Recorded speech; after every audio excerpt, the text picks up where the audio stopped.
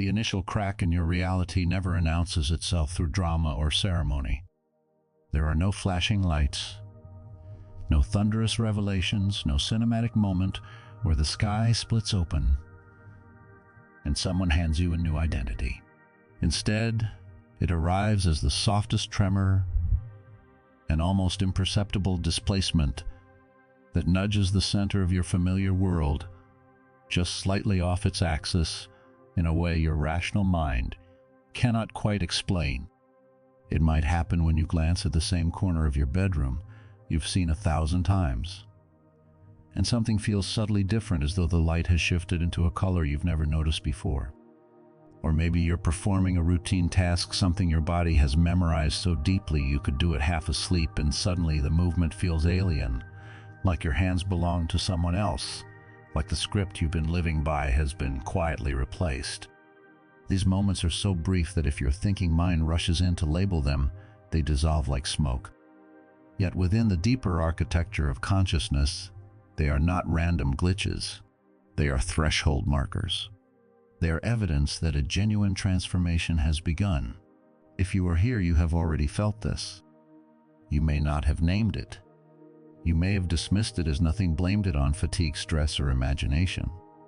But you know the sensation, the moment the room remains unchanged, yet everything inside that room somehow shifts into a different key.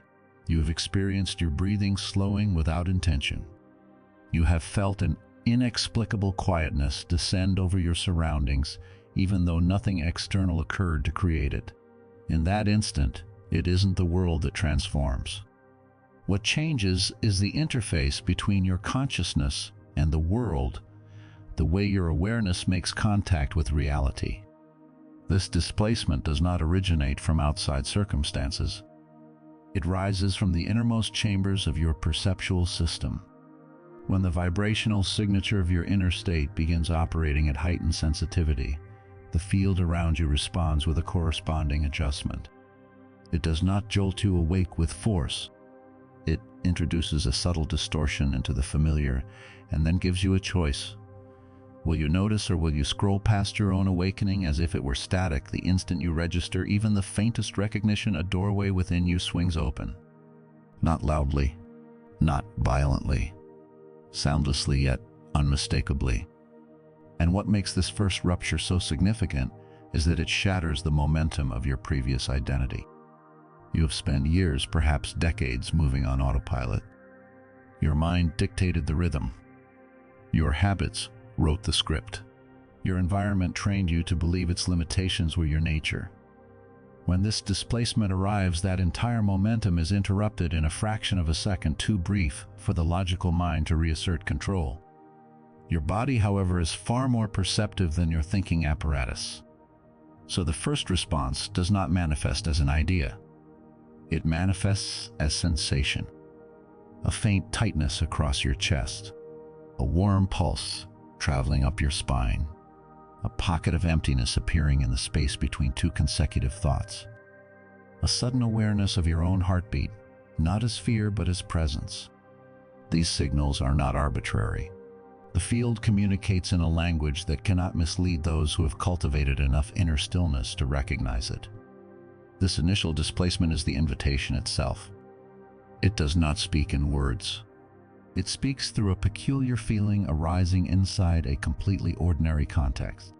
The more refined your sensitivity becomes, the more you can feel that it isn't coincidence or mental noise. It is a signal. A new stage of consciousness is beginning to crystallize. The power of this moment does not live in intensity. It lives in subtlety. It does not flood you with overwhelming energy. It does not throw you off balance. It simply creates the sensation that an incredibly thin membrane of reality has developed a hairline fracture. And through that narrow opening, you sense something waiting on the other side, something you cannot fully see yet cannot deny. From this point forward, logic ceases to be your primary navigator. Awareness begins its expansion. A deeper aspect of you understands this shift is not random. It is the culmination of hundreds of small moments you assumed were insignificant. Every time you question whether this was truly the life you were meant to live. Every time your environment felt constricting like clothing that no longer fits. Every time you sensed you had outgrown the story you told yourself about who you are. Those moments accumulate quietly, gathering pressure beneath the surface until you reach the ripeness required to step into a new layer of consciousness. The displacement is the signal that you have reached it. Reality mirrors your vibrational state. When there is movement in your inner world, there is correspondence in your outer world. That does not mean the world becomes magical overnight. It means the way you perceive it changes, and perception is the gate through which your reality is experienced. This displacement is reality's way of informing you that the previous layer of awareness can no longer contain who you are becoming. Another layer is opening, not in some distant future. Right here inside the present moment you are standing in. You can sense it, not with perfect clarity, but with undeniable certainty, quiet, precise, impossible to ignore. You do not go searching for this moment. This moment comes searching for you. And once it makes contact with your awareness, you cannot return to your previous position in the same way. That is where the real journey begins, the first pulse of a new awakening. The confirmation that the field has noticed you, not through language, not through proof, but through frequency. As the field begins drawing you inward, everything unfolds with a gentleness that somehow carries undeniable strength. Not strength that pushes you, strength that stabilizes you. This magnetic pull does not arise from intellectual curiosity or wishful thinking. It emerges from the actual frequency transforming within your being. Each time your internal frequency shifts, even by the smallest degree, the field responds instantly by placing precise signals along your path. You do not identify them through logic. You recognize them through a delicate sensation that exists in the space between inhalation and exhalation. Like a subtle yes that your body understands before your mind catches up. It can feel as though an invisible intelligence is guiding you toward a destination you never consciously sought. Yet you know with an unexplainable certainty that you must move in that direction. The simplest example is this very moment. You did not pause because of a title. You did not stop because of a thumbnail alone. Something touched you from behind your conscious awareness and prevented you from moving past. The mind cannot always explain why, because the field does not select you through sentences. The field selects you through resonance. When you begin broadcasting a frequency that matches what you are ready to receive, you become a point of illumination the field can respond to immediately. And that response manifests as a current, pulling you toward what you were already prepared for, even if you never gave it a name. Notice the difference. The pull does not feel like pressure. It feels like rightness. It feels like returning. It feels as if you are finally standing where you were always meant to stand. Except now you are awake enough to recognize it. During this phase, a specific kind of synchronicity begins to appear. The exact messages you need arrive at the exact moment you need them. Seemingly random conversations deliver answers to questions you weren't even consciously asking. Repeating number sequences appear when you are uncertain. Books, phrases, and symbols repeat across unrelated contexts until you can no longer call it chance. People you forgot about re-enter your life and ignite a memory of who you were before you learned to shrink. This is not chaos. This is not instability. This is the field speaking in its native tongue resonance. As the field pulls you inward, the thinking mind begins to recede. It does not disappear, but it no longer dominates the way it used to. You begin noticing you are not reacting to everything through old programming. The compulsive need to defend yourself softens. The urge to compete loses its grip. Even your relationship to time changes, less frantic, less pressured, more intentional. A lightness emerges without logical cause. You feel more spacious, as if you can finally breathe fully. As if the air inside you has become cleaner. And within that spaciousness, intuition becomes audible again. Not loud, not dramatic. It moves through you like a stream of sensation, gliding across your awareness and leaving behind a simple message: keep moving forward. You are on the correct path. This guidance cannot be confused with temporary excitement. It does not vanish when novelty fades. It is the recognition that a deeper dimension of you is waking up and beginning to lead. You no longer need to manufacture discipline the way you used to. You still take action, but the action feels guided instead of forced. And as you follow that guidance, markers appear to confirm you are aligned. A chance encounter shifts your perspective at the exact right moment. A sudden calm arrives precisely when you're about to give up. A spark of clarity prevents you from collapsing back into the previous version of yourself. The field does not reward effort the way the mind imagines. It responds to coherence.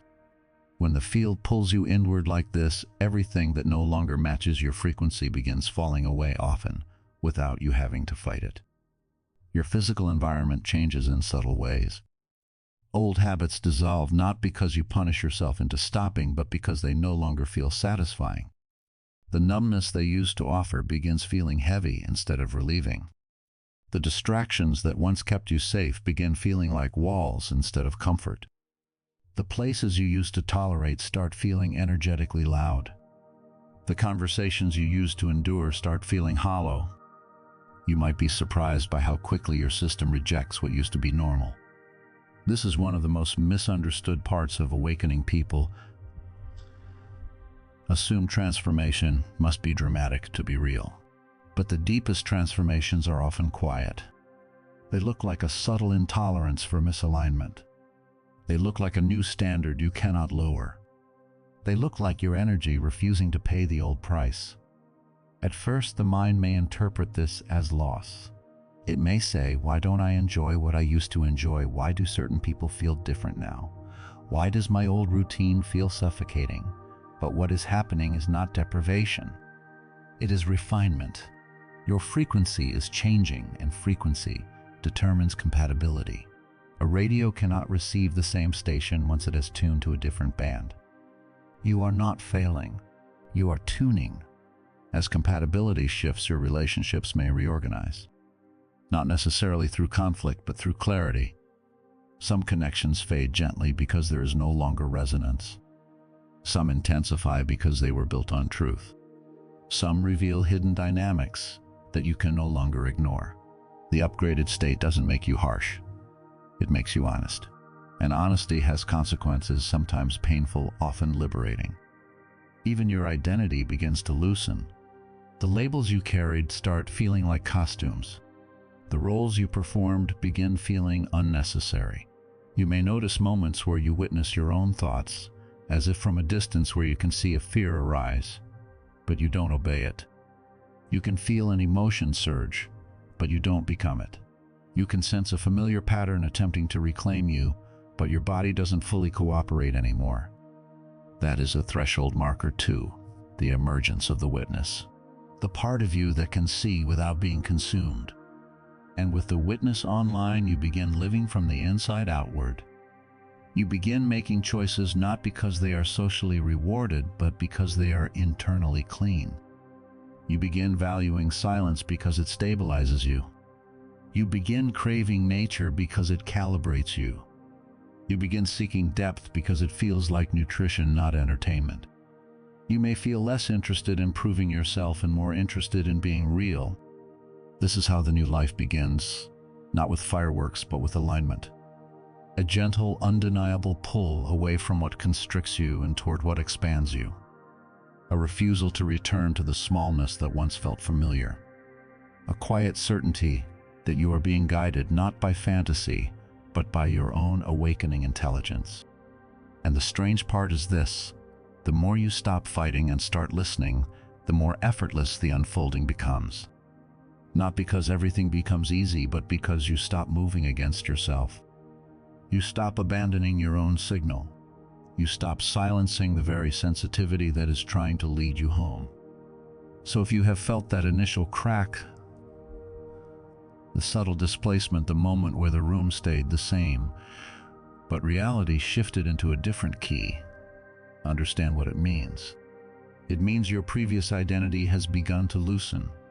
It means the interface between your consciousness and the world is recalibrating. It means the field has responded to a frequency change inside you, and it is now placing signals along your path with precision. You do not need to force this process. You only need to notice it, because noticing is the first act of embodiment. Noticing is how the doorway stays open. Noticing is how you move from a fleeting tremor into a living threshold. And if you can feel even the smallest echo of what has been described, if there is a subtle quietness in your chest right now, if your breathing has slowed, if your awareness feels slightly wider than it did a moment ago, then the door has already swung open. From here, the journey does not require you to become someone else. It requires you to stop pretending you are not already changing. It asks you to stay present through the subtlety, to trust the signal over the noise, to let the field guide you, not with pressure but with rightness. Because once the crack appears, it is not a mistake in your reality. It is reality making space for who you are becoming. Old conversations lose their magnetic pull. You can sit in the same room, hear the same familiar voices, watch the same rhythms unfold, and yet something inside you no longer hooks into the story. It isn't rejection. It isn't superiority. It's a quiet recognition that you are no longer living in the layer of reality those conversations belong to. The person you once had to be in order to participate there is dissolving, and without that old identity structure, the gravity of the old world cannot hold you the way it did. This is how the field guides you, by making everything unmistakably clear. Clear enough that you can no longer pretend you don't see what is happening. Clear enough that returning to your old state becomes impossible, even if part of you tries to negotiate. The clarity arrives not as a harsh command, but as an internal certainty so clean that the mind can't distort it for long. It feels like the end of self-deception. It feels like stepping out of fog and realizing you have been walking in it for years. The only requirement is that you do not resist this pull. There is no need to wrestle with it, no need to dissect every detail, no need to force yourself to understand what is happening before you allow it to happen. Simply observe how everything is rearranging itself around you, as if your life is quietly reorganizing to match a new internal blueprint. If you've ever experienced a moment when life guided you to exactly what you needed at exactly the right time, pause and remember it now. Maybe it was a book you found at the perfect moment, open to the exact line your heart needed. Maybe it was a stranger's sentence that shattered a false belief. Maybe it was a delayed train, a missed call, a sudden detour that brought you into a meeting you didn't plan. And that single encounter changed your trajectory. These moments are not insignificant. They are the field's signature resonance arranging reality. When you share such a moment, you're not just telling a story. You're confirming to yourself that you heard the field calling and that you stepped into a sensitivity very few people cultivate. Testimony is not vanity. It's coherence. It's the act of naming what your nervous system already knows. I have been guided. I have been moved. I have been led by something deeper than logic. And as we continue deeper, this new layer of awareness will open with even greater clarity. Because once the pull appears, nothing can keep you trapped in your old version anymore. You are moving into deeper territory, and the field knows this before your conscious mind does. Here is one of the most important truths about transformation. When internal change begins, your physical body responds before your conscious awareness catches up. Not because your body is slower, but because it is the first receptor that registers shifts in the quantum field. Every movement in frequency passes through your physical form before it crystallizes into clear mental perception. Your mind interprets. Your body receives. You do not need to believe this as a concept. You only need to observe your direct experience to realize it has been happening for far longer than you have been naming it. Your body has been speaking to you in subtle signals for years. You have felt it and moved past it. You have felt it and explained it away, but it never stopped. Your body responds through delicate, unmistakable cues. A warm current travels along your spine when you hear a certain phrase, even if you do not yet understand it intellectually. A breath moves deeper than usual when you look at a familiar space and sense that another dimension is revealing itself. A subtle shiver rises that has nothing to do with cold or fear, and everything to do with something unlocking within you. These are not supernatural phenomena. They are natural responses of the nervous system when your layer of awareness begins rising. Each time your frequency shifts, your nervous system recalibrates. Your breathing pattern changes. Your heart rhythm adjusts. Your sensory field becomes more sensitive. You begin hearing with more depth, seeing with more clarity, feeling with more precision, not because you are trying to heighten your senses, but because your body automatically retunes to match the new level of perception forming inside you. During this phase, you may experience slight unsteadiness. Not chaos, but a momentary wobble, as if your system is adjusting to new information arriving too quickly.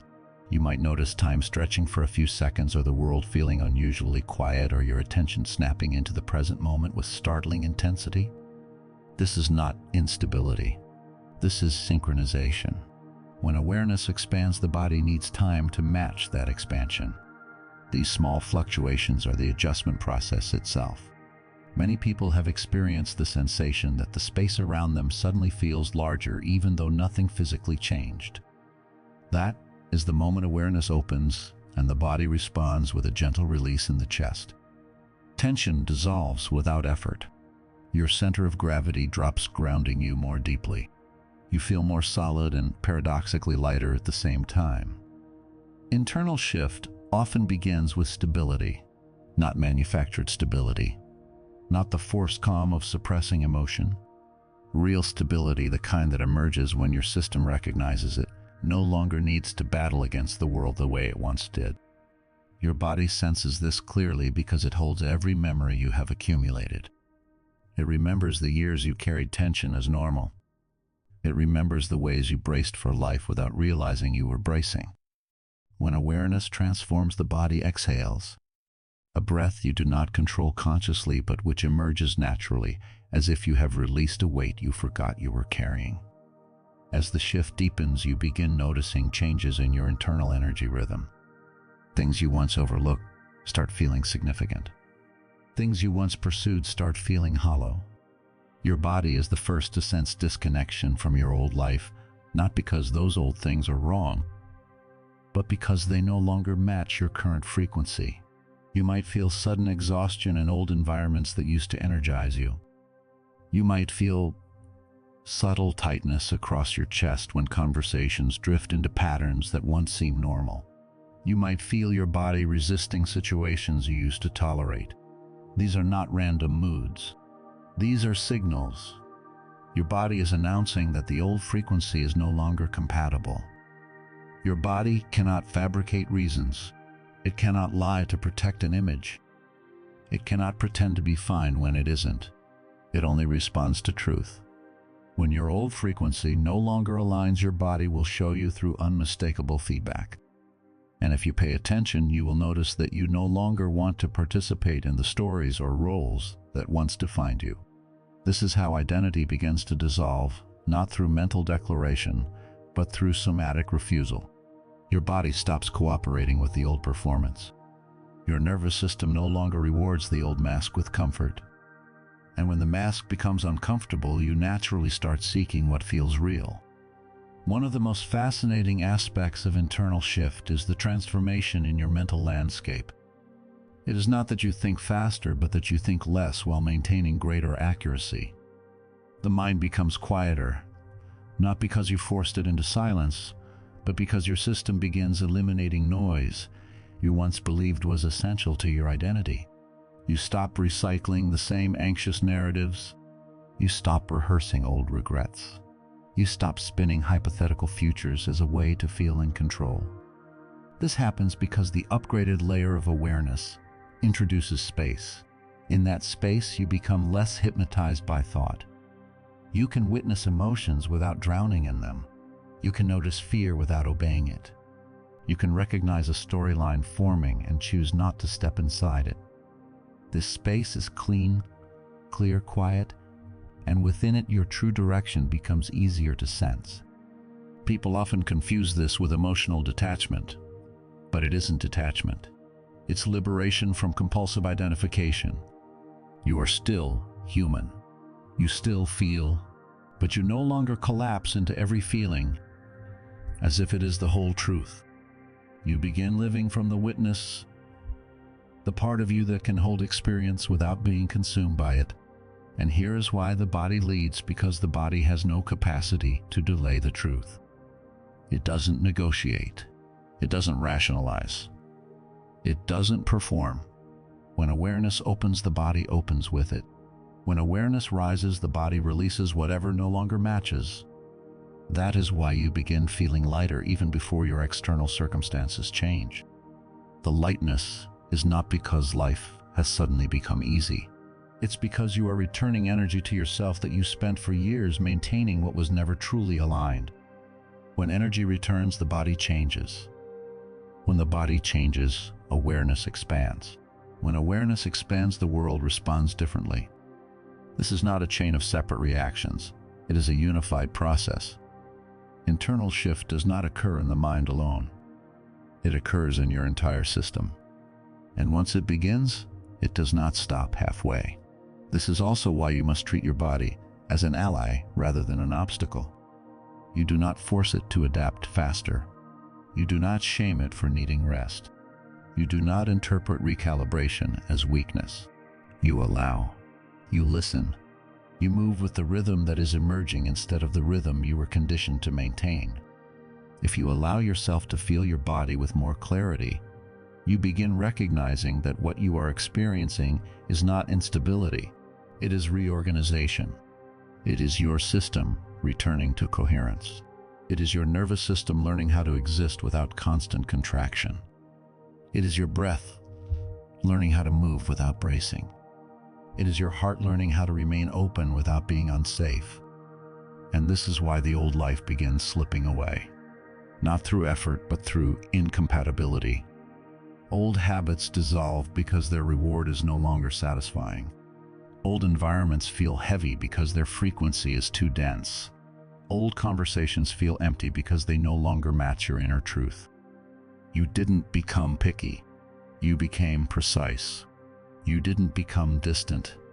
You became coherent. There will be moments when your mind tries to pull you back into the familiar because familiar feels safe even when it is limiting.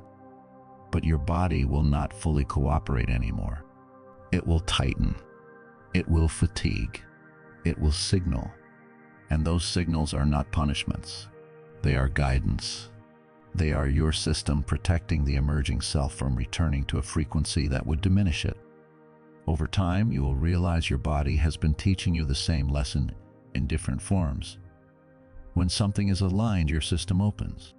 Your breath deepens. Your chest softens. Your posture stabilizes. You feel a quiet. When something is misaligned, your system contracts. Your energy drops. Your mind becomes noisy. Your chest tightens. You feel a subtle no. This is not superstition. This is intelligence. Your body knows where you are going long before you can articulate it in language. It senses the direction of your expansion even while your mind is still negotiating. It knows which doors are real before you have proof. It knows which paths will drain you before you take them. It knows which people you can exhale around. It knows which environments your nervous system can heal inside. So if you are noticing these changes, if old conversations no longer hold you, familiar spaces feel strange, if your body responds with new sensitivity, understand what you are witnessing. The field is guiding you by making the truth unmistakable. And your body as the first receptor is translating that truth into sensation.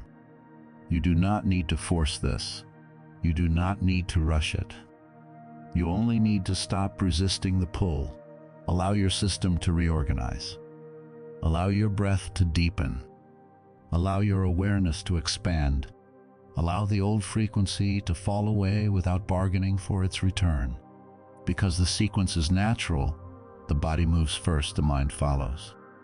And when you honor this sequence, you begin living from the inside outward, not as a concept, but as your new baseline reality. Your body has already begun leading you home. This is the moment when the new layer of awareness is beginning to crack open, and your body is the first one knocking on that door. You can feel it in the way your breath changes before your mind has a chance to label it, and the way your chest softens for no obvious reason, and the way silence begins to feel like nourishment instead of emptiness. Your system is signaling that something has shifted not in the outside world, but in the position from which you are meeting the world. The moment when you are no longer the character inside the story almost never arrives with warning. Yet it carries an unmistakable signature. It does not come through a dramatic event or a major crisis, though those can sometimes accelerate it, but through a small separation within awareness, so gentle you might miss it if you are not paying attention. Everything around you continues exactly as it was. The same voices, the same responsibilities, the same routines. But behind you, as if a new room has opened within your mind, a higher vantage point emerges. This new vantage point does not remove you from life. It removes you from hypnosis. You do not vanish from the story. You simply stop identifying yourself as the story. And that difference changes everything.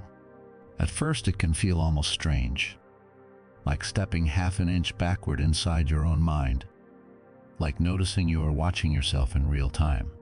You hear someone speak, and instead of reacting instantly from old wound patterns, you notice the reaction forming like a ripple in water, and you realize you are not obligated to become it. You feel an emotion rise, and you recognize it as energy moving through the body rather than proof of your identity.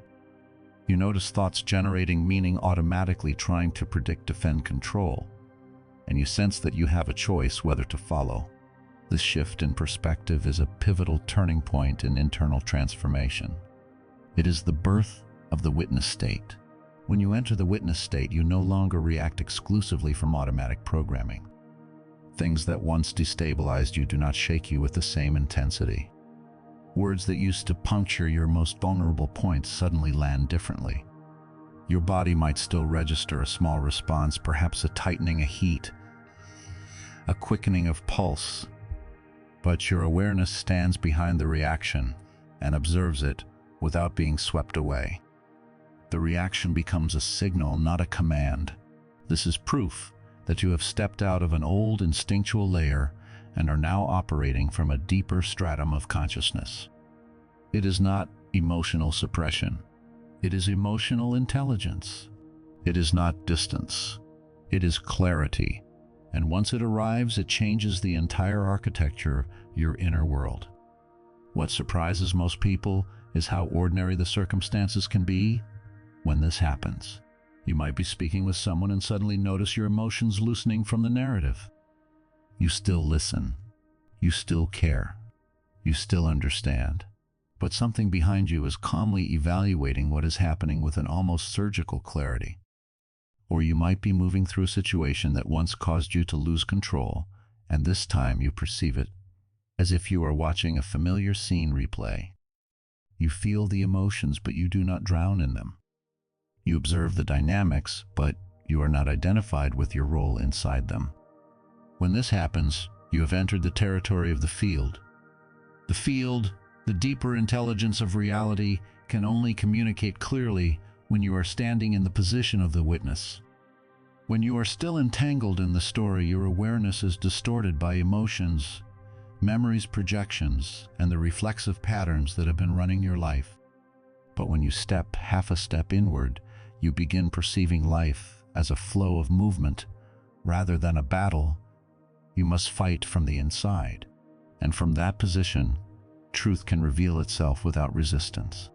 In the witness state, you begin seeing the mechanisms of your own mind. You notice how thoughts leap into old scenarios automatically. You see how your mind anticipates danger even in safe moments because it was trained to survive. You see how emotions can arise before you understand what actually triggered them. You notice how you assign meaning, how you build a story, how you become convinced that story is reality. And most importantly, you recognize something that changes everything. You are not those reactions. You are the one who is aware of them. That separation is the sign you are stepping out of ego identification. You stop treating every thought as me. You stop treating every emotion as ultimate truth. You can still respect your experience without being imprisoned by it. You see clearly that thoughts are content moving through the mind. Emotions are energy moving through the body. Situations are shifting contexts, changing moment to moment. And you no longer need to play the role of someone overwhelmed inside the story. When you stand as the witness, you begin noticing details you never saw before, details that were always present but were invisible when you were fused with your reactions. You see how someone else is reacting from fear, not from anything you did. You see how people conceal hurt behind controlled sarcasm or hardness. You see how certain dynamics repeat because they are built on unhealed patterns. You see how reality responds to you through subtlety rather than through dramatic events. You begin noticing the order beneath what you once called chaos. Awareness changes the meaning of everything. And this is why the witness state is considered a major shift in internal journeys. You do not need to change the circumstances immediately. You only need to change the position from which you are looking at the circumstances. From this vantage point, the problems that once appeared as walls blocking your path begin to look like reflections of old conditioning dissolving. You see truth without fear. You see emotions without being controlled by them. You see yourself without judgment. When you are the witness, you begin to understand a profound principle. You do not need to control life. You need to see it correctly. And when you see it correctly, much of what felt impossible begins resolving on its own, not because reality magically becomes perfect, but because you stop feeding the distortions that made it feel unmanageable. Something remarkable happens after that. You realize that not everyone is opposing you. Not every circumstance is working against you. Not every delay is a punishment. Not every discomfort is a sign you're failing. Much of what you experienced as resistance was actually the friction of your old layers of consciousness, trying to remain in control. When you see those layers clearly, they lose power over you. And then you recognize a new truth. You have stepped out of the story and into the role of the one who shapes the story, at least in terms of how you experience it. This is the shift that changes everything. You are no longer the passive character in your life. You become the one shaping your internal state, and through that you begin shaping how your reality unfolds. You no longer chase situations for safety, validation, or identity. Situations begin adjusting to the brightness of your awareness. You no longer fear what happens as intensely because you can feel the difference between what is real and what is projected. You simply observe how reality responds to the frequency you are holding. This is the gateway to the next layer of awareness. This is the moment you step out of the role and become the one seeing through it.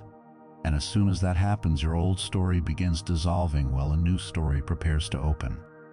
The dissolution of the old self rarely looks dramatic the way the mind imagines transformation.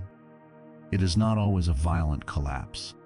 It is not necessarily a crisis that shatters you. It is often a quiet, subtle process, like an old film, peeling away from the surface you once believed was your essence. The dissolution is not here to destroy you. It is here to return you to what has been hidden for too long. When you stand in the witness position, you begin seeing that much of what you used to call me is actually the accumulated reaction of years spent in fear, self-protection, prediction, defense, and compromise. You begin to see how you shaped yourself to fit your environment in order to avoid pain.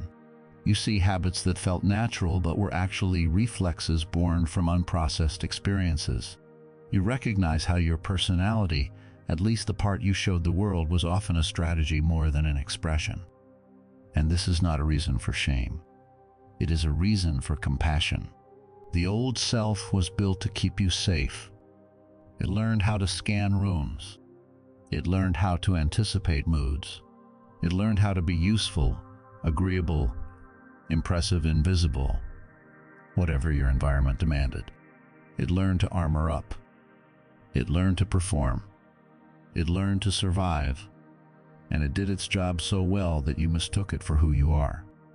But as awareness expands, survival strategies begin to feel heavy. You start feeling the cost. You start sensing how much energy goes into maintaining the mask. You begin noticing the tension that builds when you try to be what you are not. And the witness sees it all with clarity. The old self doesn't vanish instantly. It simply loses the ability to control you the way it once did. And that is where many people feel suspended between two states, not fully the old self, but not yet fully the new one. This in-between space can feel strange. Sometimes it feels like emptiness. Sometimes it feels like uncertainty. Sometimes it feels like you're standing in a hallway between two doors, and you don't quite recognize either room anymore. But this is not a mistake. It is the sign that you are separating from an identity built from limitations that no longer match your frequency. The hallway is not a failure. The hallway is transition. And transition is sacred precisely because it requires you to rest without knowing the next step perfectly. During the days of dissolution, you may notice that things which once mattered deeply begin fading. Not because they lost all value, but because you can feel they no longer represent anything true within you. Conversations feel heavy even though you used to participate out of habit. Beliefs feel suffocating even though they once anchored your sense of self. Relationships feel draining even though you once believed you had to maintain them. You begin sensing that some of your commitments were contracts with an older version of you, and those contracts are expiring. A deeper part of you begins demanding truth. Not dramatic truth, not performative truth, internal truth. Honesty with yourself, integrity, alignment. A refusal to cling to things that once made you feel safe, but are now too small for the life trying to emerge. This is why dissolution is not loss. It is restoration. What falls away is only what no longer matches the level of awareness you are stepping into. You do not need to force yourself to let go. What is not real falls by itself when what is real begins to appear. The more you see clearly how long you lived inside a version of yourself shaped by fear and the desire for acceptance, the less you want to return. Not because the past was bad, but because you recognize the future is asking you to be honest. Still, the old self often tries to pull you back. It whispers familiar questions that sound like caution, but are really fear of losing control. If I change, who will I be? If I let this go, what will be left if I am no longer who I was? Will I lose everything I have built? These questions are not meant to frighten you. They arise because the old self believes it is keeping you alive. It was created to protect you. It does not understand expansion. It understands survival, and survival always prefers familiar discomfort over unfamiliar freedom. But the witness knows something the old self cannot. You do not need to fight the old identity. You only need to stop believing it is you. And once you stop believing it, the dissolution becomes gentle. It happens in silence because silence is the only environment where your true essence can emerge. Your essence does not need noise. It does not need validation. It does not need compromise. It needs clarity. It needs presence. It needs a nervous system that no longer treats life as an emergency. When you stand firmly in the new vantage point, false roles begin losing power. You no longer feel compelled to play the strong one to earn respect, the obedient one, to receive love, the busy one, to gain worth, the agreeable one, to avoid conflict, the perfect one, to feel safe. You begin seeing that these roles were never you. They were costumes you wore. And once your system begins releasing their energy, you no longer want to wear them. A significant moment in dissolution is when you begin remembering the parts of yourself you once abandoned, not as memories exactly, but as feelings. You remember what it felt like to be free before you learned to perform. You remember what it felt like to speak without calculating. You remember what it felt like to create without worrying how it would be judged. You remember what it felt like to be expansive before you learned to shrink. And that recognition does not come as regret. It comes as return. Your body begins feeling lighter. Your mind grows clearer. The tension between your body and mind softens, not because life has suddenly changed, but because you are no longer carrying the heavy armor of the old self. When the armor falls away, the space inside you grows larger. Your breath deepens without effort. Your gaze becomes steadier even when the world shifts. You react less and receive more. You listen more and speak from a truer place. You feel the world not through defense mechanisms, but through presence. And here is the most subtle and powerful part: the witness state becomes your new baseline. Not permanently perfected because you are still human, but steadily available. You begin returning to it faster. You begin recognizing when you slip back into old identification, and you come back to awareness like returning home. As that stabilizes, life becomes less of a battlefield, not because nothing difficult happens, but because difficulty is no longer interpreted as personal attack. You start seeing challenges as information. You start seeing triggers as release points. You start seeing discomfort as the nervous system reorganizing. You start seeing endings as the field correcting your direction. And in this new baseline, your relationship with reality changes. You don't need to chase clarity. Clarity arrives. You don't need to force transformation. Transformation unfolds. You don't need to argue with life. Life begins communicating with you through resonance. This is why the field can guide you further from here. Because once you are no longer trapped inside the story, you can finally read it. You can finally see the pattern. You can finally notice what is trying to end and what is trying to begin. You can finally discern what is true, not because someone told you, but because your awareness is bright enough to recognize it. So if you are in the in-between, if you feel suspended between the old self dissolving and the new self, not yet fully named, understand what you are experiencing. You have entered a sacred corridor. You have stepped into the witness. The field is reorganizing your inner architecture. Your body is releasing what it no longer needs to hold. Your mind is becoming quieter, not because you are losing yourself, but because you are returning to yourself. And the more you rest in this vantage point, the more your life will begin to reflect it. Not through sudden drama, not through forced reinvention, but through the quiet certainty that you are no longer the character trapped in the script. You are the one who can see, and that is where everything changes. The dissolution of the old identity does not take anything valuable away from you. It does not steal your gifts, erase your memories, or diminish the love you felt and the lessons you've earned. It only removes the layers that once made you shrink to fit inside limitations that no longer belong to you. Those layers were never the truth of you. They were adaptations, brilliant, necessary, and often unconscious adaptations to environments, expectations, and survival demands. And when they fall, your real self does not appear as a stranger. It arrives as recognition. This is not a new version. It is the version that was never buried, only covered. The one you could sense beneath the performance. The one you felt in rare moments of quiet when you weren't trying to be impressive or safe or needed or understood. The one you met in flashes, maybe in childhood, maybe in creativity, maybe in solitude, before you learned which parts of yourself were acceptable and which parts had to be hidden. And when you begin to see yourself clearly, everything in your life begins to adjust. Not because you force it to, not because you control it, but because reality responds to what is real.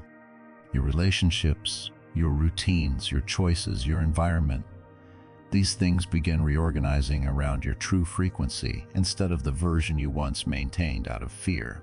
This is the shift that marks your exit from the old zone and your entrance into the layer of awareness where what is real no longer needs to hide.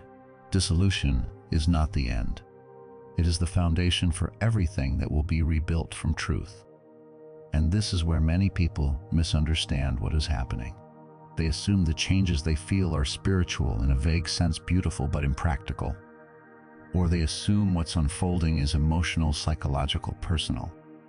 But as you stabilize in the witness state, you begin to notice something deeper. Reality itself has principles. Not beliefs, not doctrines, principles. Patterns of cause and response that operate whether you name them or not. The quantum principles are not distant or difficult to understand in the way many people imagine. They are not confined to faraway laboratories filled with scientists in white coats. They are woven into ordinary experience. You have been living inside them the entire time. You simply were never shown how to perceive them clearly because your attention was trained to focus on surfaces, not on resonance. When awareness shifts and the old self begins to dissolve, these principles become more transparent. Not because you suddenly become a physicist, but because you begin sensing reality directly instead of through conditioned habits and inherited beliefs. Quantum mechanics is not mystical. It is the natural language of the field, the deep layer where information, potential, and probability move beneath what you call solid life. And to understand how the field responds to you, you only need to grasp a few foundational principles that have been operating quietly through every moment you once overlooked. The first principle is the simultaneous existence of all possibilities. The physical world conditions you to think there is one path, one outcome, one correct route forward. It teaches you to see life as a single line, past to present to future, one decision leading to one outcome. But in the quantum layer, possibility exists as a spectrum. Many potential realities exist simultaneously as branches not yet chosen, not yet collapsed. Before your attention selects one, it exists as potential energy, real but not yet experienced. This is why you sometimes see a path clearly only when you finally consider it. It didn't materialize out of nowhere. It was already present as a possibility you couldn't access while your attention was trapped in the old identity. You didn't create it from emptiness. You became compatible with it. And compatibility is what allows your awareness to notice what was always there. The deeper truth is simple. You do not create the future from nothing. You select a future from countless futures that exist as potential. And that selection happens not through wishful thinking alone, but through your state of being in the present moment, through what you genuinely embody. The second principle is the collapse of potential into actual experience. In physics, there is language about collapsing wave functions. In lived reality, it means something very tangible. What you place sustained attention on, especially with emotional charge, becomes stronger in your experience. Attention is not neutral. Emotion is not neutral. Together they behave like a selection mechanism. They amplify, solidify, and shape what becomes real for you. When you focus on worry repeatedly, you strengthen the worried version of reality. Not because you are being punished, but because you keep selecting that branch of experience. When you focus on alignment, on what feels clean, coherent, true, you make that version more accessible. You increase the probability that your next steps will match that signal. This is why nothing in life feels truly random once you become sensitive. Randomness exists on the surface because you cannot see the selection mechanisms beneath it. But the field responds to frequency, and attention plus emotion is one of the strongest ways frequency is broadcast. The third principle is instantaneous connection between anything that has ever been linked. In physics, this is called quantum entanglement. In life, it is one of the ways intuition and synchronicity become real. When two particles have once interacted, they remain connected in a way that defies ordinary assumptions about distance. In lived experience, you recognize this when you think of someone and they call you, when you feel someone's state without any external evidence, when a meaningful message arrives at the exact moment you needed it. This is not supernatural ability. It is the natural property of a field in which information You feel because you have been linked.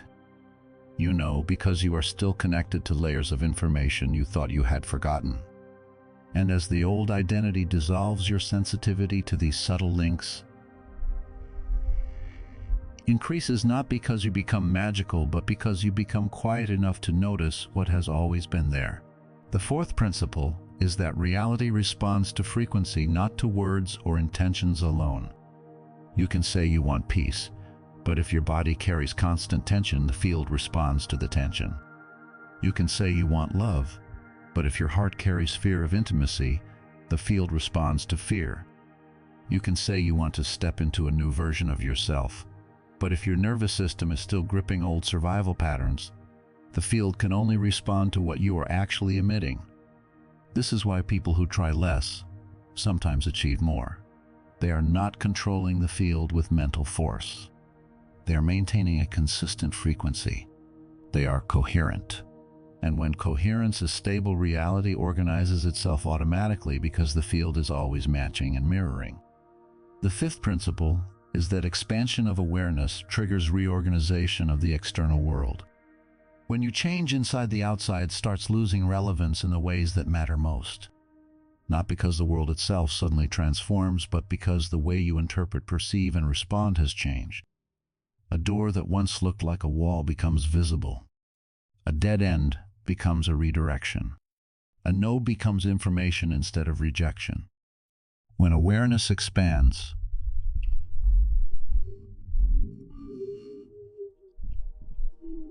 you hear signal where others hear noise. You step into the right place at the right time because you feel alignment where others overlook it. The world does not bend to your demands. It reorganizes around your presence, around the way you meet it. The sixth principle is the continuous recreation of the self in every moment. A human being is not a fixed entity carved in stone. You are recreated through every small choice. Each time you choose calm instead of reactive behavior, you recreate yourself. Each time you choose the witness perspective instead of the defender perspective, you recreate yourself. Each time you speak truth instead of playing the safe role, you recreate yourself. Quantum transformation does not change you through one dramatic explosion. It changes you layer by layer, beat by beat, through micro moments. This is why the witness state is so powerful. It gives you the space to choose. It gives you the gap between stimulus and response, where identity is rewritten. The most important thing to understand that quantum principles do not require belief. They do not require memorization. They require seeing. They require awareness. Because these principles operate whether you acknowledge them or not. When you recognize all possibilities exist simultaneously, you fear less about being stuck. When you recognize reality collapses according to where you place attention, you become careful about what you feed with emotional charge. When you recognize connection persists beyond space and time, you trust your intuitive signals more deeply. When you recognize frequency is more powerful than words, you stop pretending and begin being honest with your real state. When you recognize awareness determines how the world responds, you stop trying to control everything outside and begin stabilizing what is true within.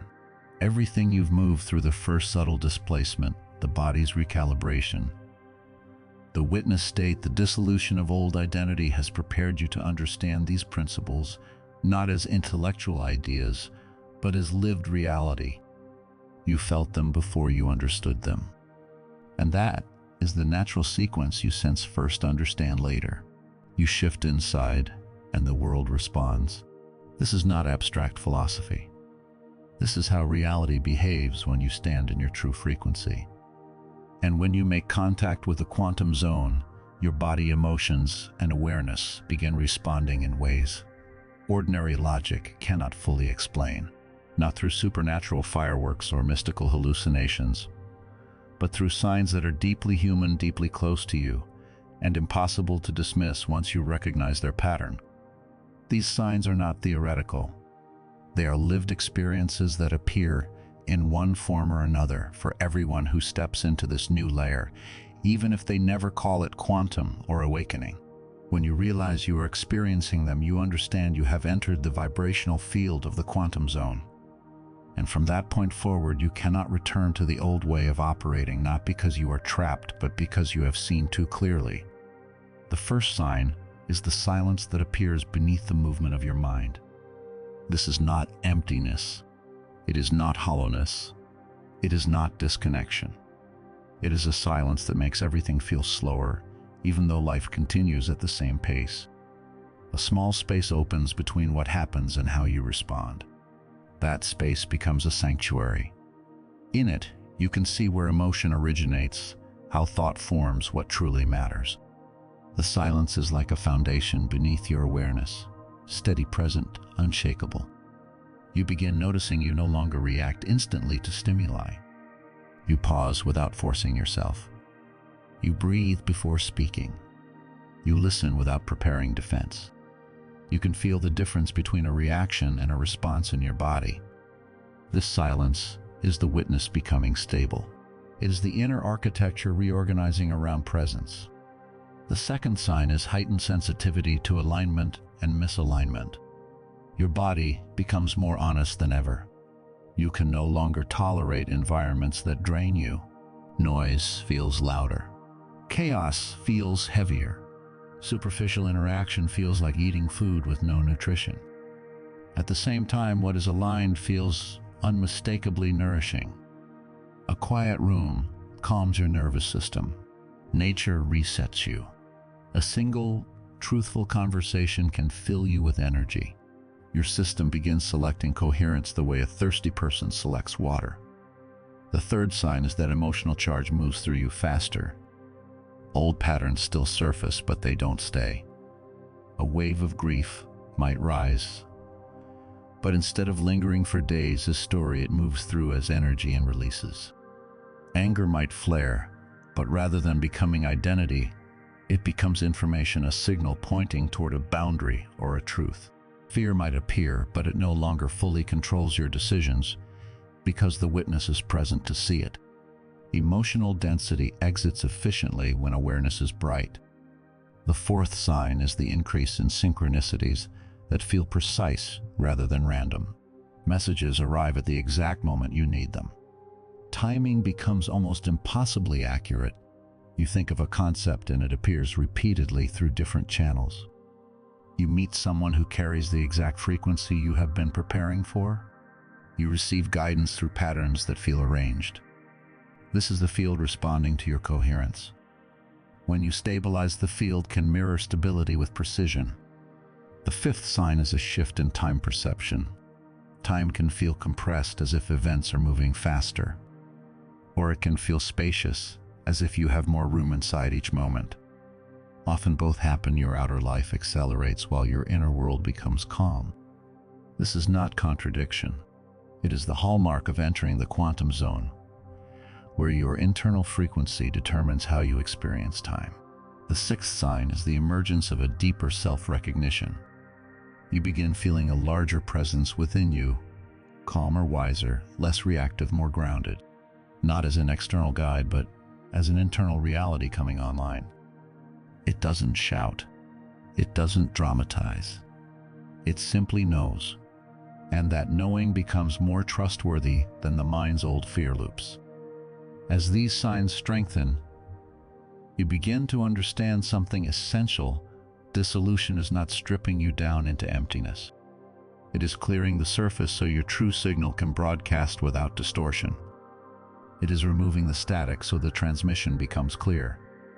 And once your signal becomes clear, life begins responding to the real you. Not the one who performed. Not the one who survived by shrinking. Not the one who carried roles as identity. The real you, steady, coherent, present. This is why dissolution is a foundation. Because what is rebuilt from truth does not require constant maintenance. It does not require fear to hold it together. It does not require exhaustion to sustain it. It stands because it is real. And as you continue, you will see more clearly how these principles begin shaping the new life you are entering, not as fantasy, but as the natural consequence of frequency, awareness, and coherence becoming your baseline. You are not trying to be awake or conscious. You do not force awakening the way you force productivity. You do not grind your way into presence the way you grind your way through a task. You simply become awake, naturally, the same way a body naturally opens when it finally realizes it is safe to breathe. That is the quiet miracle of this stage.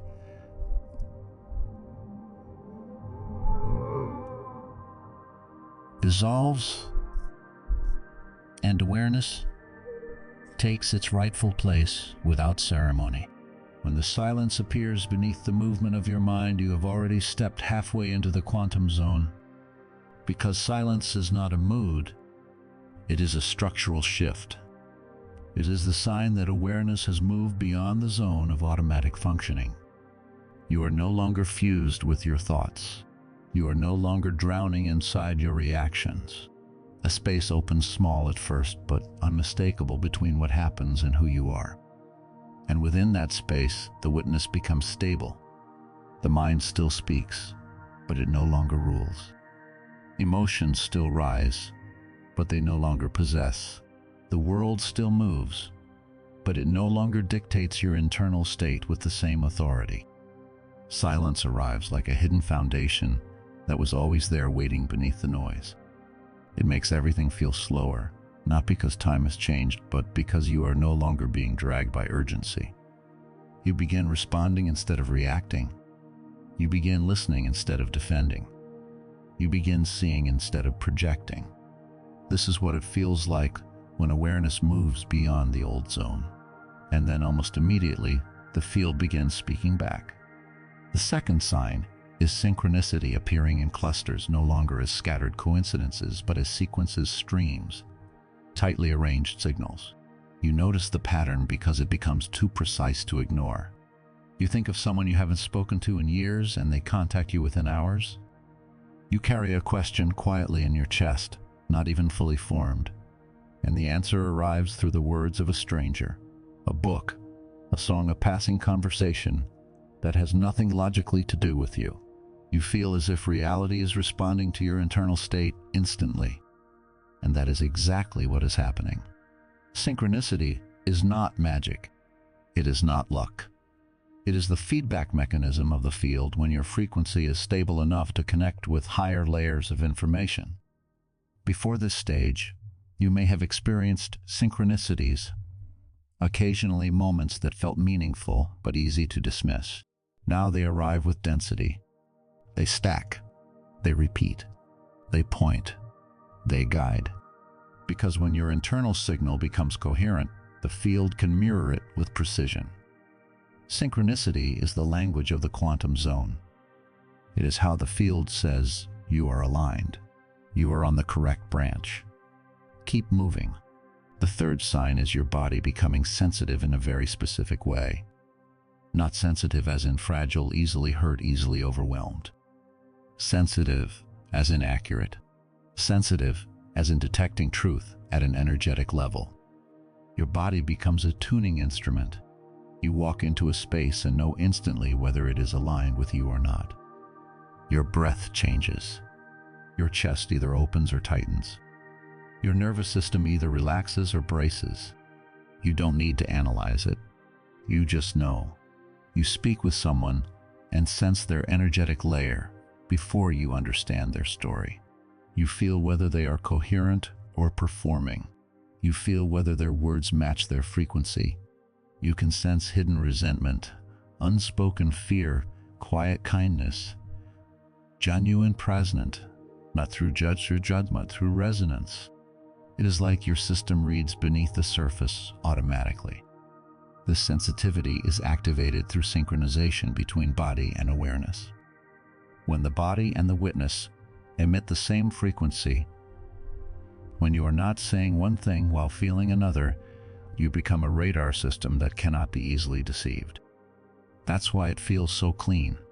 It's not paranoia. It's not hypervigilance. Hypervigilance is fear scanning for danger. This is clarity sensing for truth. The fourth sign is a shift in your sense of time. A day may pass quickly and you still feel energized, or a single moment may stretch out like an extended reflection without a clear endpoint. You stop experiencing time as a rigid line and begin experiencing it as a living rhythm that expands or contracts depending on your internal state. This is not imagination. It is awareness operating on a wider bandwidth. When you make contact with the quantum zone, your mind loosens its grip on the old timeline structure. You no longer experience time as a container of minutes and hours. You experience it as energy. You feel it instead of counting it. And once you feel time as energy, you begin noticing something profound. Urgency is not always required. You can move quickly without being frantic.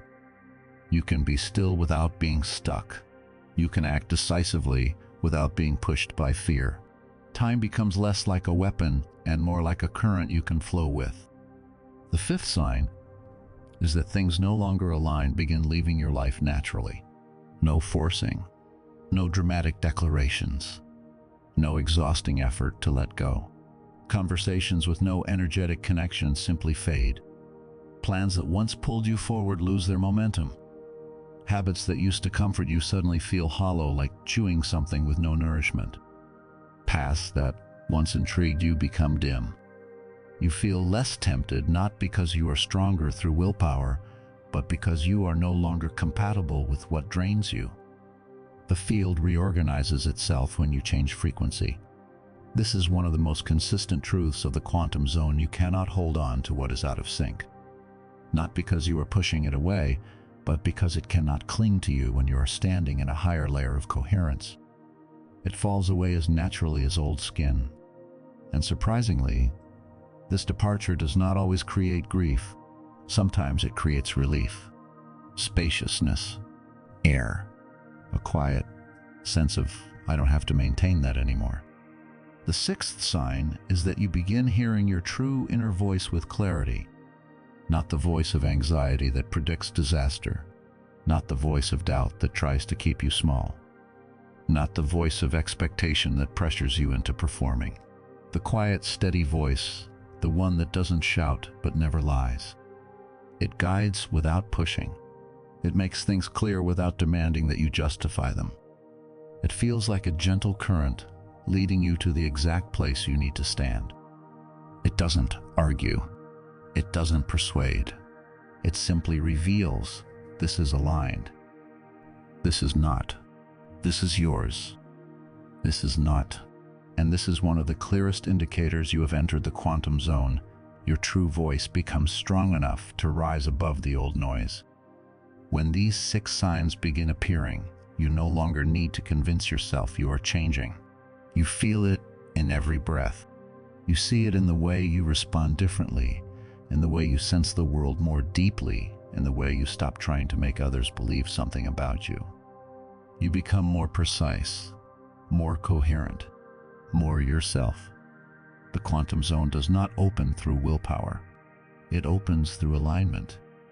And these signs are evidence that alignment is happening. If you can feel any part of this, if you recognize these shifts in your own experience, there is a simple declaration that acts like an anchor. I am aligned with the quantum field, not as a performance, but as a frequency statement. When you declare your frequency consciously, you stabilize it. And when you stabilize it, the field opens the next layer. Because the next layer is where something even more subtle begins. The timeline starts to tilt. When the timeline begins to tilt, you don't notice it immediately. There is no alarm sound. No flashing sign, no single moment you can point to and say, that is when everything changed. It happens like a tiny shift in the hinge of a door.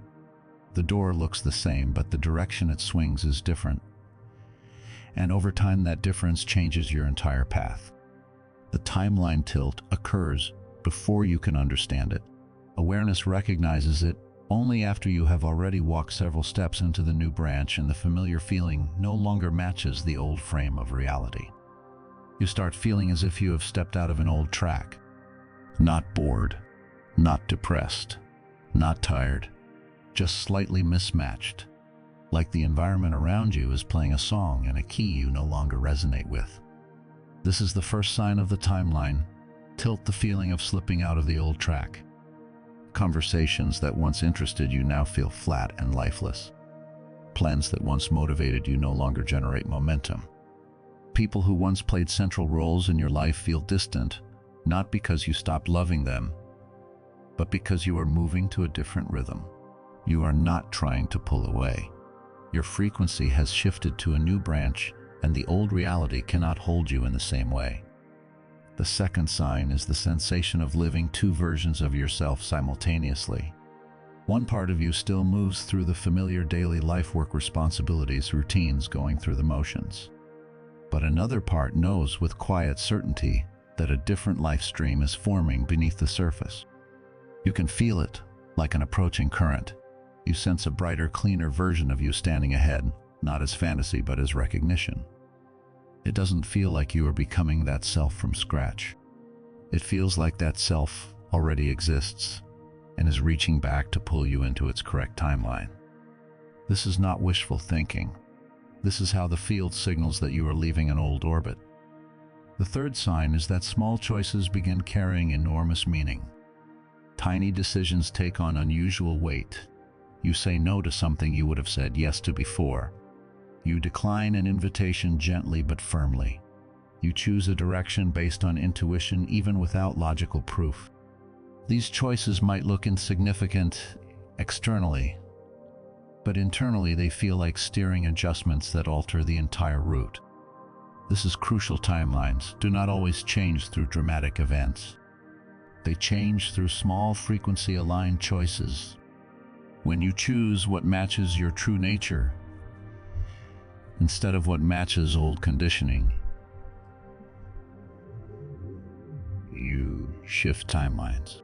The field responds not to the size of the action, but to the purity of its alignment. The fourth sign is the unusual speed of synchronicity. The response time shortens. Things you think about appear so quickly that you pause and wonder if you are imagining it. An intention you set quietly receives a response within days. An opportunity finds you without effort. A message arrives as confirmation right when doubt rises. This is one of the clearest evidences of timeline tilt when you move on to the new branch. The field places markers to help you recognize you are on the correct path. Synchronicity becomes a navigation map. It says you are being guided. Keep going. The fifth sign is the feeling of a thin protective layer between you and the world. Not a wall, not numbness, not disconnection. A cushion like a soft buffer that absorbs impact. The things that once pulled you into emotional spirals no longer hit with the same force. Situations that once triggered deep collapse now create only a ripple. You are fully present, but you are not fused. You are near the experience without being consumed by it. This is the witness becoming embodied. It is the nervous system stabilizing at a higher baseline. And it is one of the most reliable indicators that the timeline is shifting. You are no longer pulled into the old emotional gravity. You begin noticing you can observe patterns without being trapped in them. You can see someone's projection without having to fight it. You can hear criticism without collapsing. You can meet uncertainty without panic. Not because you are pretending to be strong, but because your frequency is no longer compatible with the old loop. And from here, everything becomes clearer. Because once the timeline tilts, you stop asking what is happening to me, and you begin asking what is aligning through me. You stop treating life as a series of random events and begin sensing it as a responsive field. Your inner state becomes your compass. Your body becomes your sensor. Your silence becomes your foundation. Your synchronicities become your map. You don't need to chase the quantum zone. You don't need to force it open.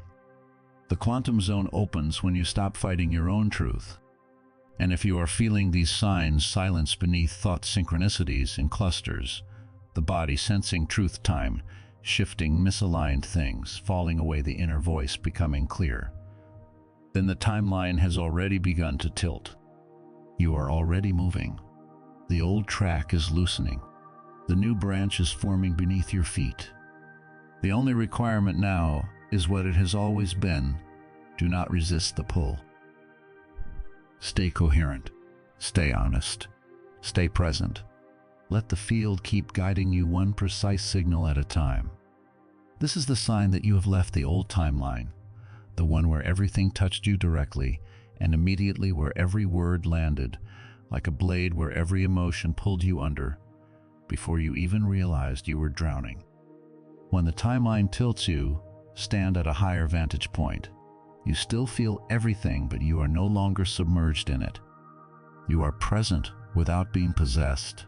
You are engaged without being entangled. You are inside the experience, yet you are no longer trapped inside its gravity. That protective layer you began sensing, the cushion between you and the world, does not mean you are numb or disconnected.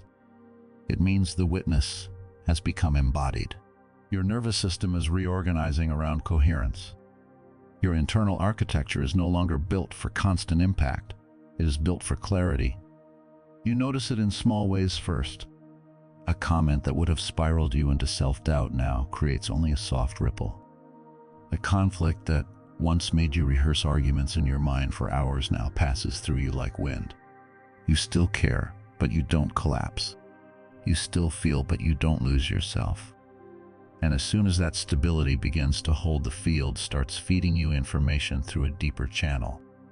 The sixth sign is a sense of knowing that you cannot explain logically.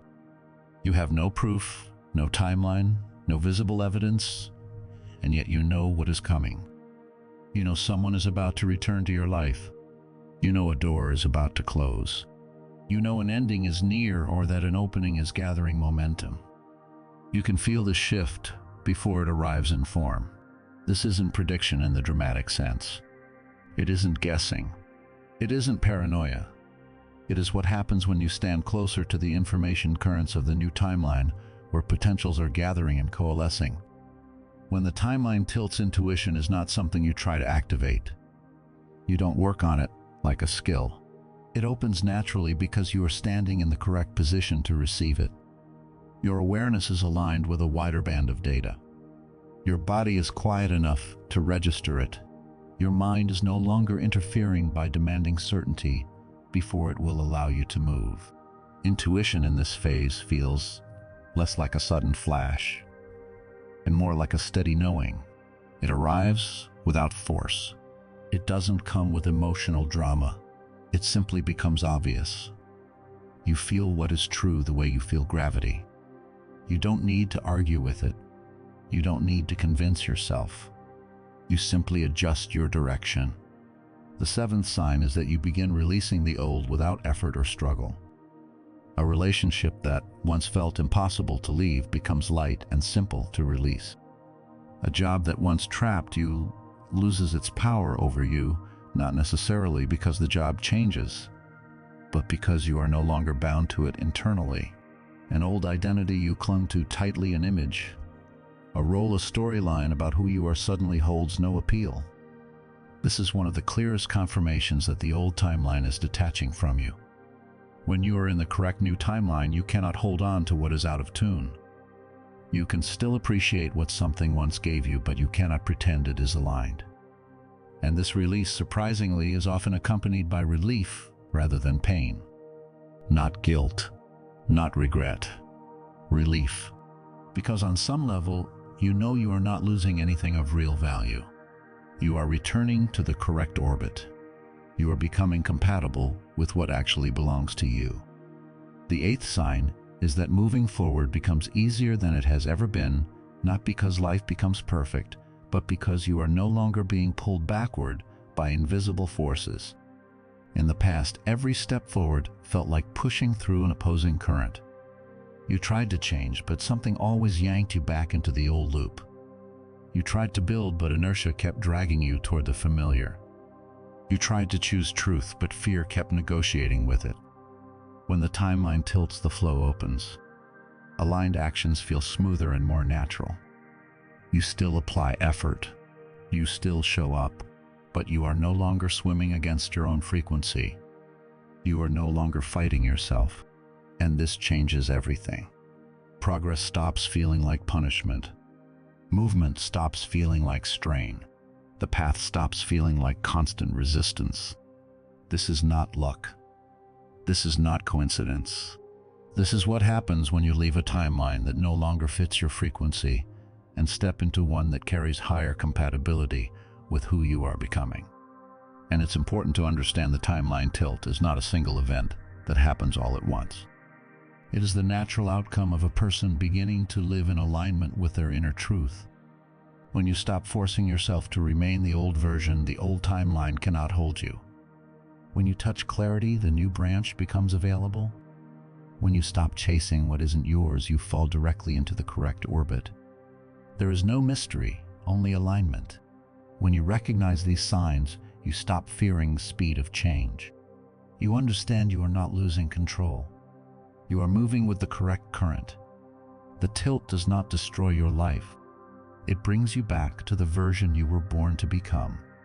And once you stand on that timeline, the next steps become clearer, lighter, and more precise than anything you ever tried to force through logic alone. Now, as the field begins to reorganize around you, something crucial becomes obvious. You are not changing reality through willpower or positive thinking. Reality is adjusting itself according to the frequency you are emitting. This is the stage where people often misinterpret what's happening. They assume they are becoming unstable because everything feels fast, intense, unfamiliar. But in truth, this is one of the most natural phases in the entire quantum process. When you tilt out of the old timeline and step into a more aligned position, the field no longer operates according to old inertia. It begins rearranging everything to match the version you are becoming. It is not always comfortable, but it is precise. Nothing appears unnecessarily. Nothing leaves at the wrong time. Everything follows subtle coordination. The first sign of reorganization is that what is no longer aligned falls away automatically. You don't need to block it. You don't need to cut it off with drama. You don't need to build a harsh boundary wall. It simply loses its point of intersection with you. Relationships that once consumed your emotional space feel faint and distant, not always because the person becomes bad, but because the energetic hook dissolves. Conversations that once pulled you in lose their magnetism. Environments that once felt like home feel suffocating and constricting. It's as if your nervous system has developed a new filter that cannot pretend. The field does not remove these things to punish you. It removes them because you are no longer compatible with them. That's the simplest truth. When you change frequency, certain intersections cannot hold. You are not losing. You are being freed from what no longer serves your highest alignment. The second sign is that new opportunities appear in ways too natural to dismiss as coincidence. They don't arrive in a chaotic flood. They arrive in rhythm, timed, orderly, strangely elegant. A chance meeting leads to information you needed. A sudden schedule change opens a door you couldn't have predicted. A simple thought guides you to the exact place you need to be. Reorganization doesn't create miracles in a supernatural sense. It creates pathways. It creates clean openings that were always possible but previously inaccessible because your frequency was locked into an old branch. You begin noticing the rhythm of the field. When you are coherent, the rhythm opens. When you force yourself back into old patterns, the rhythm tightens. This is not punishment. It's feedback. The field is training you to trust alignment. The third sign is a shift in the energetic atmosphere around you. You walk into a familiar space and it feels entirely different, even though nothing physical has changed. The space hasn't changed. You have. So the space reflects you differently. Now you can clearly sense what expands you and what contracts you. People with chaotic or distorted fields drain you faster than before. People with stable, coherent fields strengthen you. You leave certain interactions feeling foggy, heavy, tight in the chest. You leave others feeling clear, energized, open in the breath. This is not judgment. This is resonance intelligence. The field is reorganizing not only your external life, but also the way your body reads reality. You are becoming sensitive in the correct direction toward truth, coherent stability. If you want, take a moment and reflect, what old pattern or belief have you recently released as you stepped into this new frequency?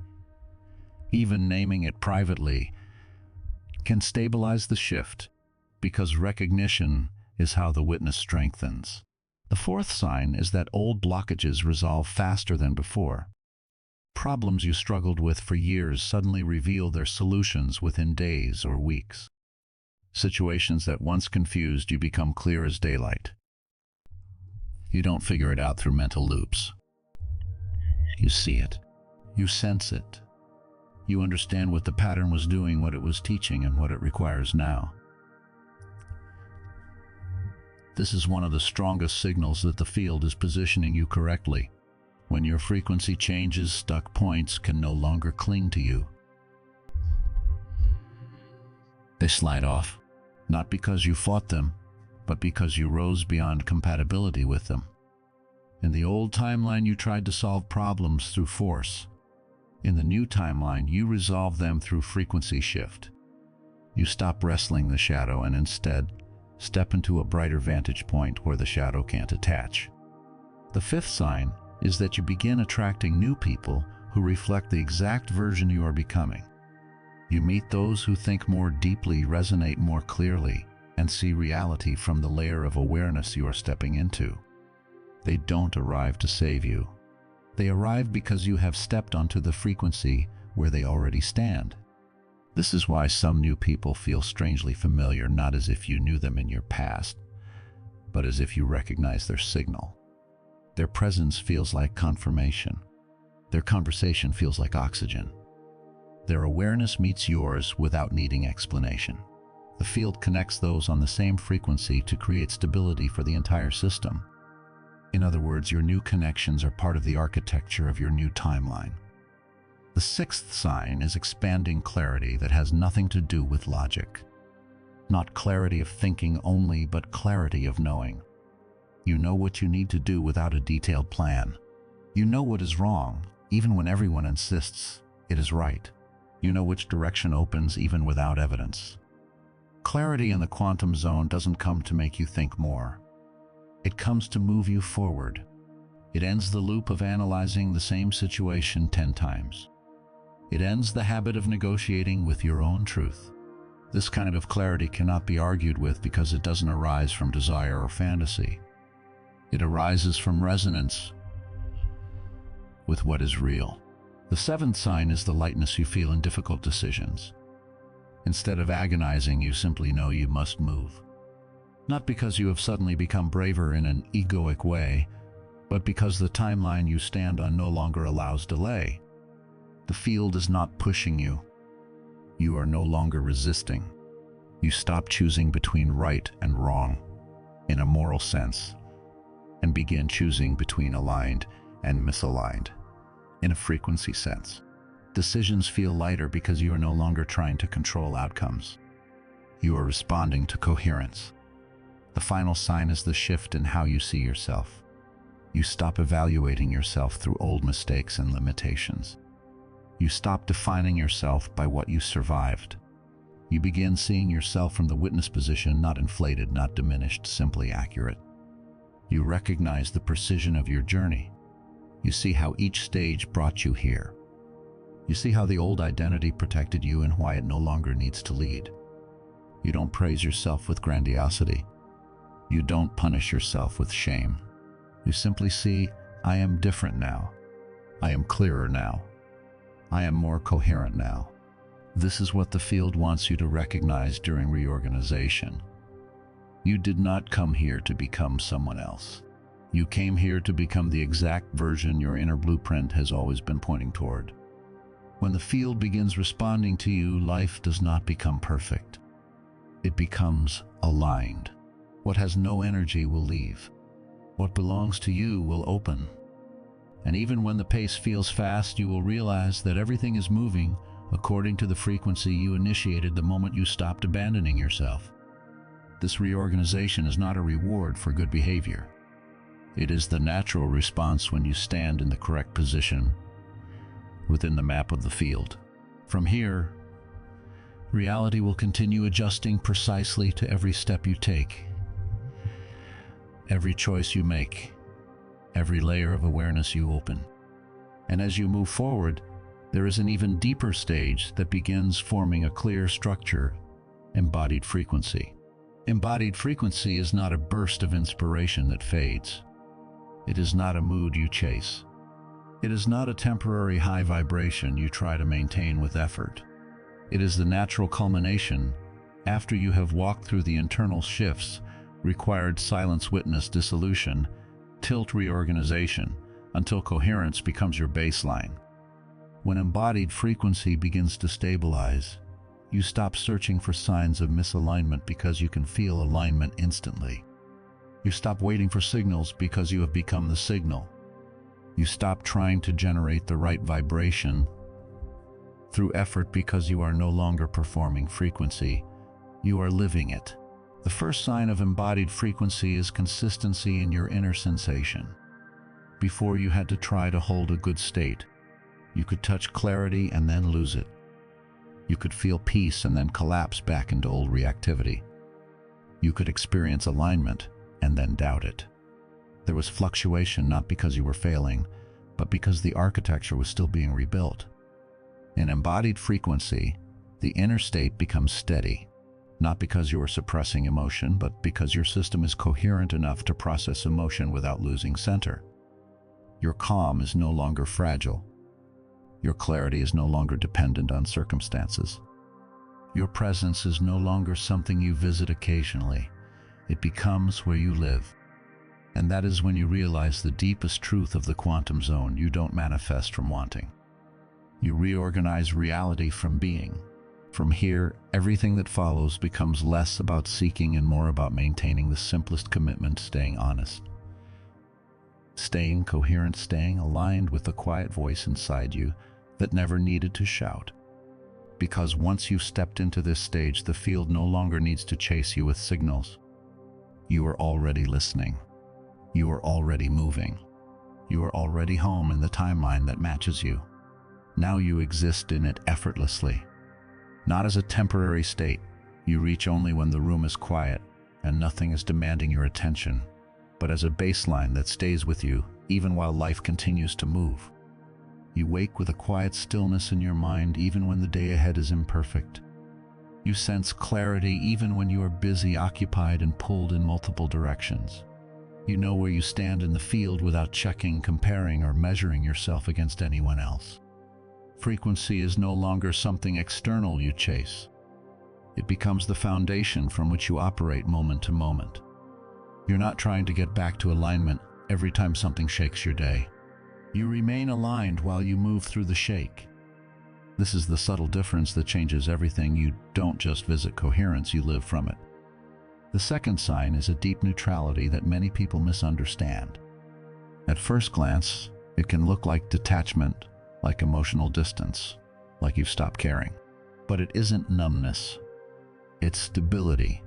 It's the kind of neutrality where situations that once hijacked your emotions no longer throw you off balance. You still feel everything, but you're no longer dragged around by the intensity of it. When someone praises you, you don't rise into inflation. You receive it, you register it, and you remain centered. When someone criticizes you, you don't fall into deflation. You listen, you discern what's true, you release what isn't, and you remain centered. When something good happens, you don't explode into unrealistic expectation that tomorrow must be perfect. When something difficult arises, you don't collapse into fear or despair. You stand at the center of yourself. This neutrality is one of the clearest signatures that you're no longer reacting from the wounded old self. You are living from frequency. And because you're living from frequency, your internal state isn't being negotiated by external circumstances. The third sign is that clarity becomes your default state of being. You no longer search for answers with desperation. Answers appear when you need them, often quietly, often simply, often without the drama of signs. You don't beg the field to speak to you. You don't try to decode every feeling.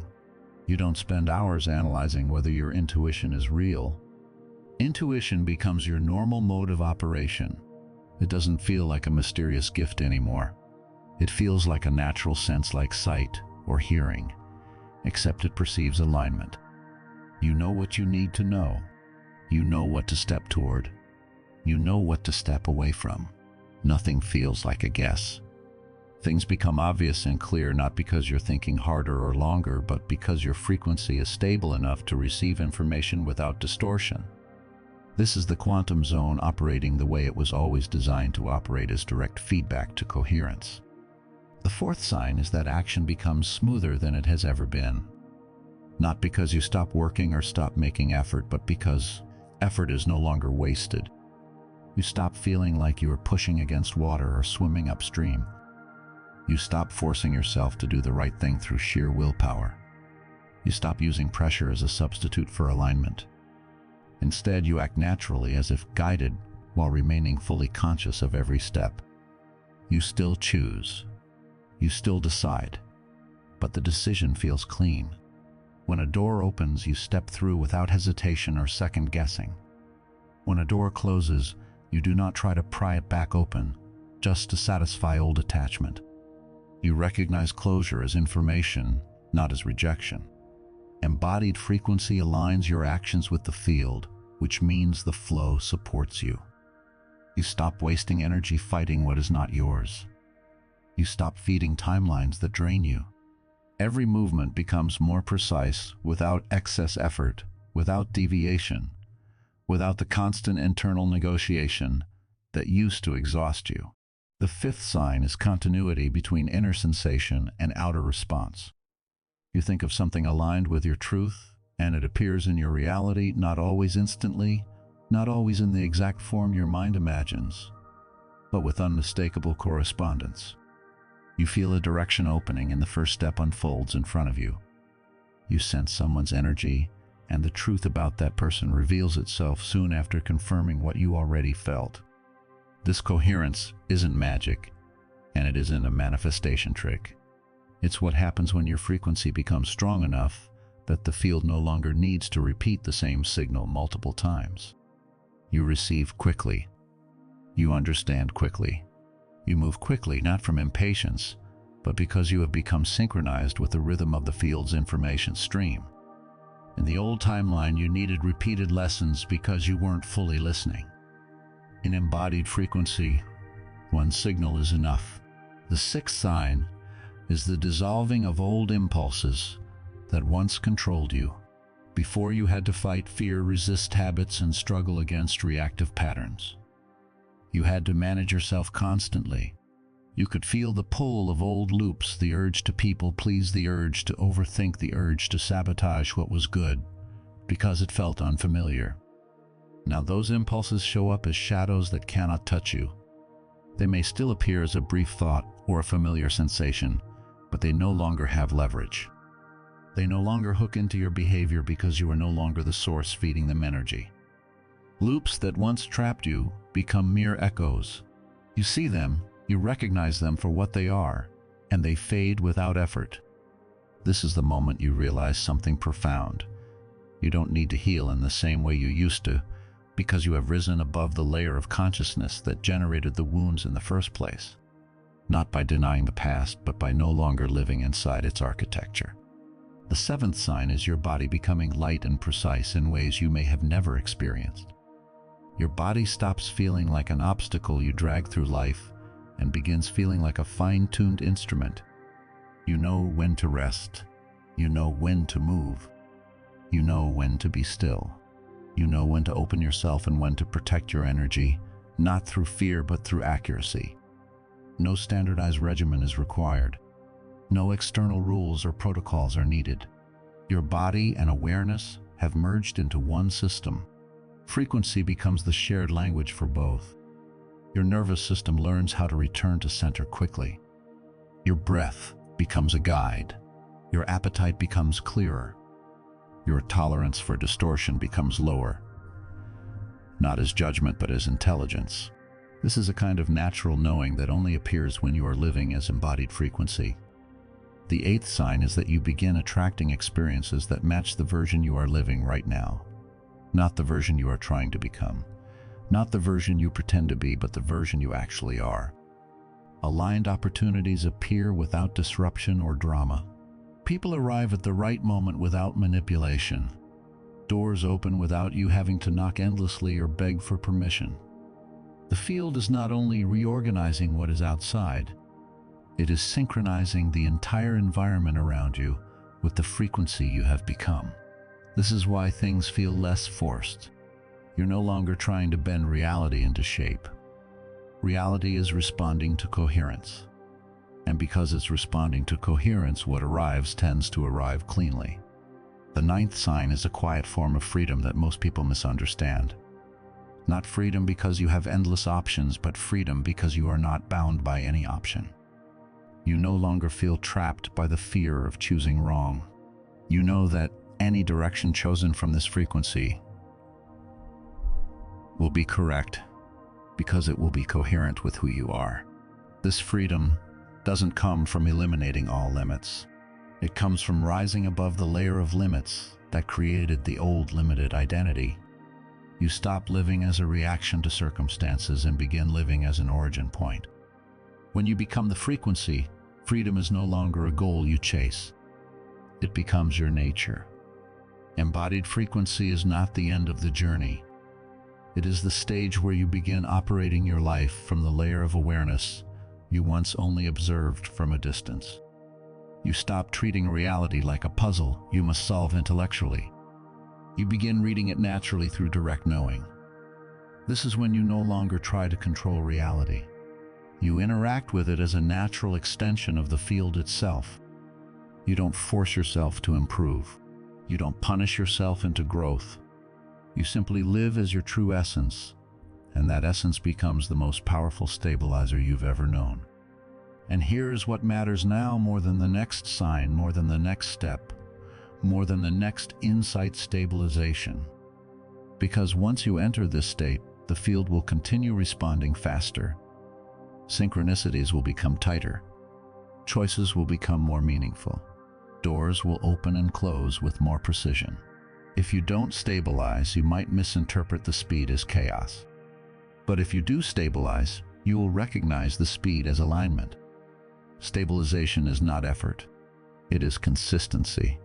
It is the quiet decision to keep returning to coherence no matter what the day brings. It is the commitment to live from the inside outward.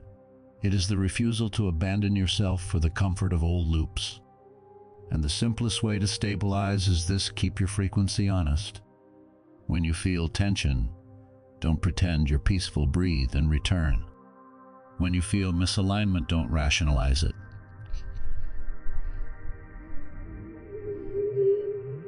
When you feel truth, don't negotiate with it, honor it gently. You don't need grand rituals. You don't need dramatic declarations. You need consistency in the smallest moments: how you speak, how you choose, how you rest, how you respond. Because from here, your life will not be built by force. It will be built by coherence. And once coherence becomes your foundation, you are no longer a seeker trying to find the right timeline. You are the source the timeline organizes around. The quantum zone is not a fleeting moment or a peak experience you chase and then lose. It is an operating state, a way of being, a way of moving through life from the inside outward, where your inner frequency is steady enough that reality begins responding with precision instead of randomness. And staying in this layer does not come from control, performance, or rigid discipline. It comes from subtle operating codes that keep your frequency from being pulled back into the old zone, the zone where anxiety runs the timeline, where reactivity writes the script, where the mind tries to manage what the field is already rearranging. These codes are not techniques you do for 10 minutes and forget. They are the natural behavior of matured awareness. Each one opens a different form of stability. And when you embody all 5, they become a foundation strong enough to hold you through acceleration endings, openings, and expansion without wavering. The first code is unconditional presence. This is not the tense focus of forcing yourself to stay present. It is the deep acceptance that the present moment is all that actually exists. not as a philosophy, but as a direct experience. Presence is the moment you stop treating your life like something that happens later. Presence is the moment you stop negotiating with the now. When you are present in the true sense, you do not try to control your emotions. You let them move without turning them into a story. You do not try to solve every situation intellectually. You let clarity arrive from sensing. You do not try to predict tomorrow or worry about next week. You return to the only place where power exists, this breath, this moment, this exact point of contact between you and reality. Unconditional presence stabilizes you because it pulls you out of the old timeline that lived through anxiety about the future and regret about the past. The old zone survives on time distortion. It pulls you backward into memory or forward into fear. Presence dissolves that distortion instantly. It collapses noise. You can feel when you've drifted. Your mind begins rehearsing conversations that haven't happened. Your body tightens for a future that doesn't exist yet. Your attention becomes scattered, and the code is simple: come back. Not by force, by contact. Feel your feet. Feel your breath. Feel the weight of your body in space. Look at something ordinary, a wall, a window, your hands, and let yourself be here. The field doesn't require you to be perfect. It requires you to be available. And availability only happens in the now. The second code is conscious neutrality.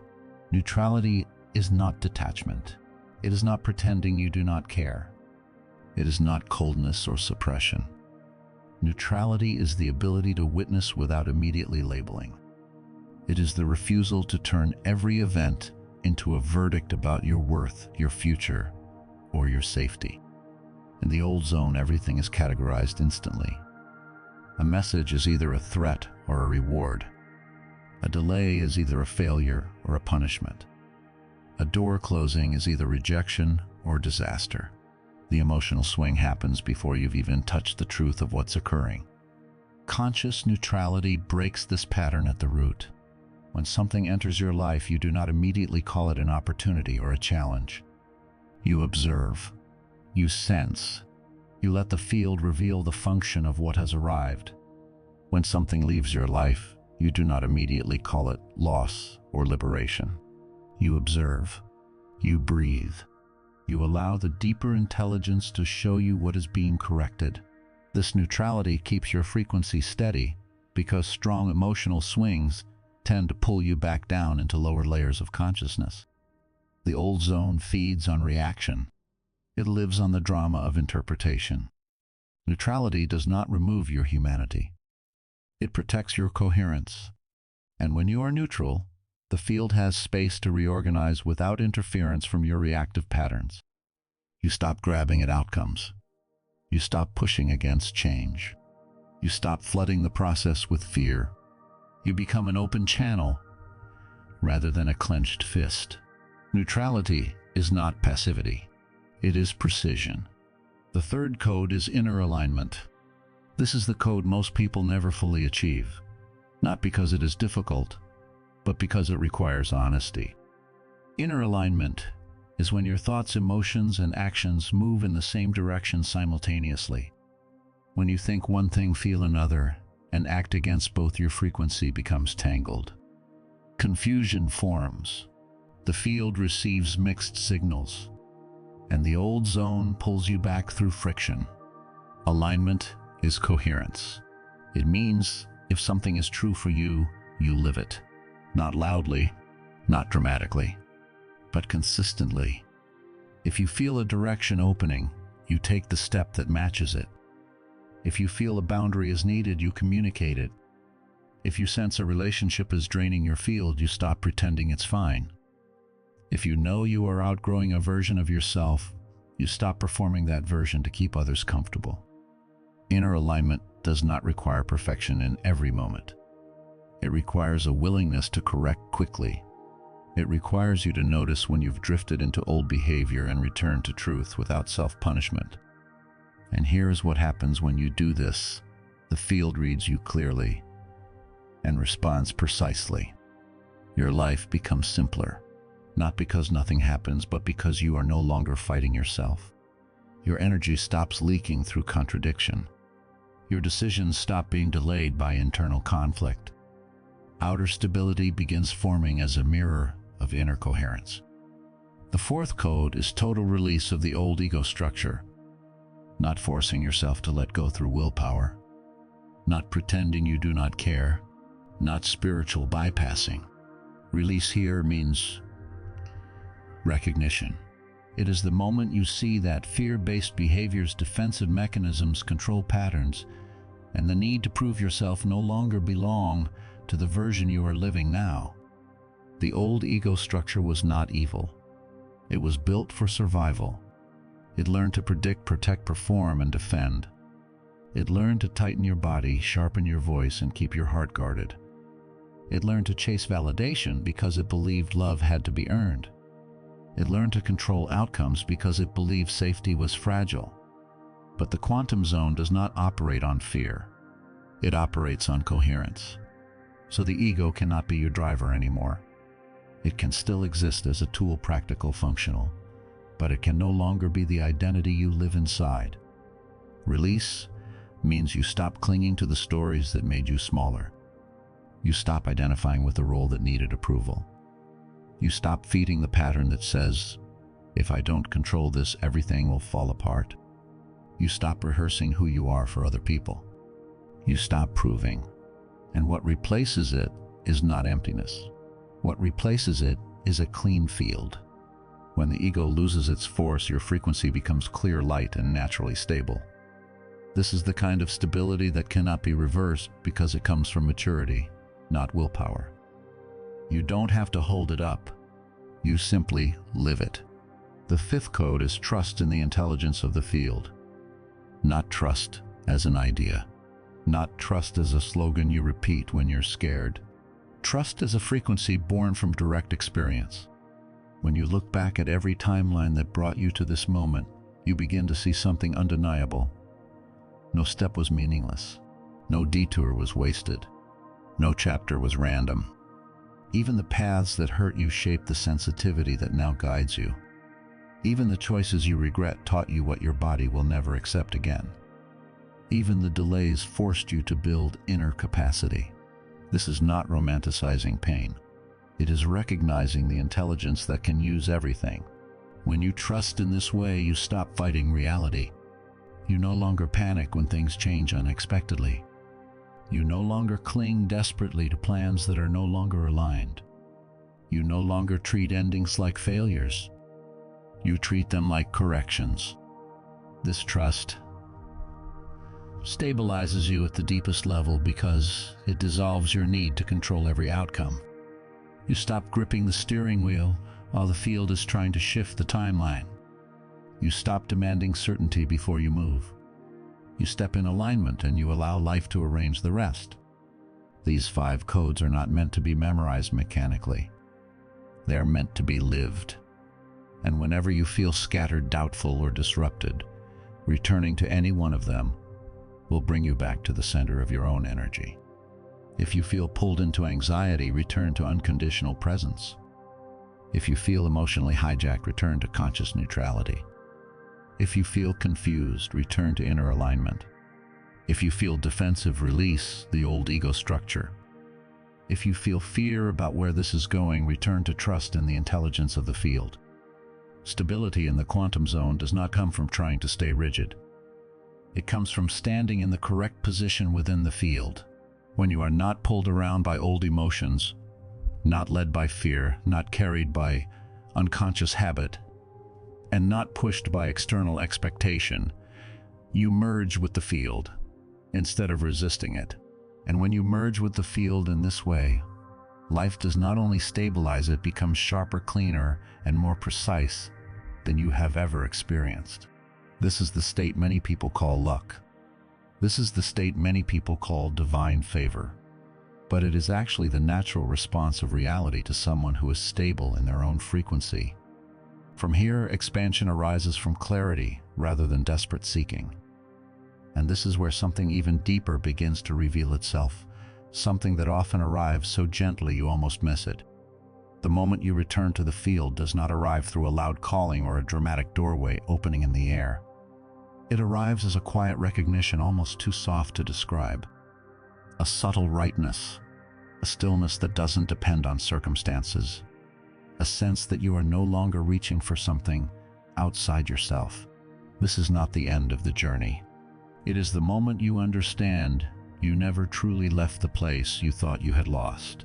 The field is not a destination you must reach. It is the ground you have always been standing on. And when you realize this, your entire journey becomes clear in a way that makes you fall into silence.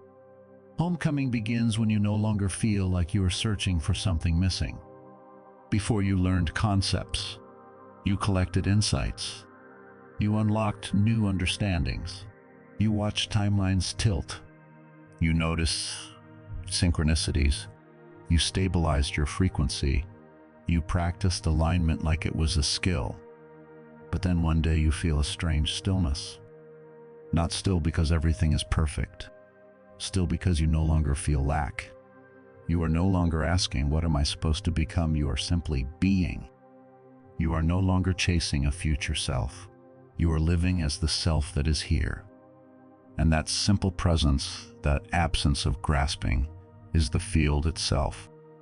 You do not find it by going farther. You find it by removing what was covering it, noise conditioning, performance fear, and the constant pressure to become acceptable. The moment of return might arrive as you look out a window at nothing in particular, or as you hear wind moving through trees, or as you sit in a familiar room doing absolutely nothing, or in the middle of an ordinary conversation where you suddenly realize you are not trying to be anyone anymore. No special event, no mystical light, just recognition. Everything you felt was leading you somewhere was actually leading you back to yourself. This is a return without fanfare. You don't celebrate it externally. You don't announce it. You simply feel the rightness of it quietly, deeply, like your nervous system finally stopped bracing for impact. When you return, you see everything differently, not because the world changed into something new, but because you are now looking from the center of your being. You realize every old mistake was not a stain. It was information. It was training. It was part of the pathway that refined your awareness into what it is now. The turns you thought were wrong were necessary detours that taught you how to read your internal signals. The doors that closed were protection you didn't understand at the time. The delays were not punishment, they were preparation. And you don't need to forgive yourself anymore because you no longer feel the need for forgiveness. You see clearly that you took the only steps you could take with the consciousness you had. You recognize the precision of your unfolding.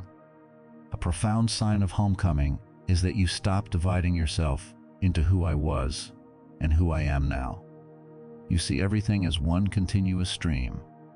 The old version was the lesson being learned. The current version is the one who has learned it. But both are you. No separation, no self-rejection, no internal war. When there is no longer inner conflict, you have truly come home. You also realize the field never required you to be flawless. It only required you to be true. The field does not respond to your desires or your effort alone. It responds to your honesty. It responds to what you are actually emitting, not what you claim to want. So when you return to truth, your relationship with the field becomes simple. You stop asking reality to give you something specific as proof. You stop bargaining. You stop pleading. You step into the position where what has always been meant for you can finally reach you without obstruction. And something else begins to happen. You start sensing the invisible connection between you and everything that exists. The boundary between inner world and outer world becomes thinner. You begin reading people through frequency, not through masks. You don't judge them harshly. You don't try to fix them. You simply recognize where they are. You see that every person is on their own path, and every path has its own correctness. This is not detachment. It is compassion without distortion. One of the deepest expressions of homecoming is the lightness you feel toward the future. You no longer worry constantly about direction. You no longer check obsessively whether you are choosing the right thing. You stop searching for signs to confirm your path, because you feel the path internally. The future becomes a natural expansion of the frequency you live now. This lightness does not come from forcing yourself to surrender. It comes from understanding you are already home. Wherever you step from, coherence becomes part of the flow. You cannot truly be off path when you are aligned with your own truth. And if you want to anchor this state more deeply, return to this transmission each morning for a week, not as a ritual of dependence, but as a calibration. Let it set the tone of your day. Let it remind your system what it feels like to live from the inside outward. And if someone in your life is ready, share this with them. When you share quantum truth, you create an energetic ripple that amplifies your own embodiment while opening pathways for others. Sharing from this place is not just passing information. It is a frequency declaration. Because the field is no longer something distant to you, it becomes close, familiar, intimate. Not an idea, but a felt foundation beneath everything. You stop trying to reach the quantum zone as if it exists somewhere else. You recognize that you are the layer of the quantum zone, becoming conscious of itself in this moment. This is when you begin navigating life lightly, deeply, and precisely, not because you are perfect, but because you are aligned. Homecoming is not returning to a physical place. It is returning to a level of awareness that has always been available. You were never far from the field. You only forgot temporarily. You were covered by layers of conditioning. You were pulled into noise. You were distracted by the old zone. But the field has always been here beneath every layer of experience, patiently waiting for you to touch it again. And when you touch it consciously, you realize something quietly life-changing. Everything you ever searched for has been present in every breath you've been living. So as you absorb these words, soft but deep, may you always be still enough to hear your own voice beneath the noise. May you always be bright enough to see the opening even in the dark moment. May you always trust deeply enough to step into the larger version of yourself the field has been calling you toward. And may you always remember, in every movement forward or backward, you have never been far from the field. You are simply returning to what you have always been. Before we close, drop one word in the comments that captures the energy, the intention, or the transformation you are choosing right now. Just one word, your energetic signature to the field. And if you haven't subscribed yet, subscribe, not just to stay connected, but to stay coherent, to stay aligned, to stay elevated in this frequency. Because the more of us who embody this understanding, the more the world reflects that truth back. You are not alone in this. You are part of a collective consciousness waking up together. Thank you for being here. Thank you for being ready. The field chose you, and now you have chosen to answer. And now that you understand how you stepped into the quantum zone, you need to know what the field is handing you right now. The next transmission reveals the living blueprint, the book of reality itself opening in your awareness.